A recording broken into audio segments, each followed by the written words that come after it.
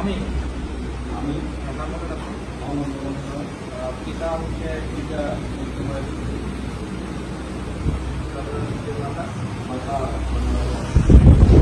জেলার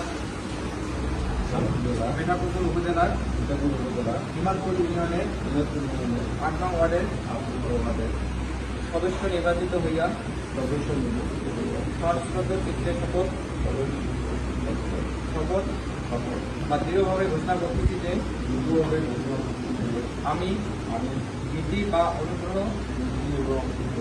বা বিরাগের বশবর্তী না হইয়া সকলের প্রতি আইন অনুযায়ী এবং সততা নিষ্ঠা ও বিশ্বস্ততার সাথে আমার পদের দায়িত্ব ও কর্তব্য পালন করিব।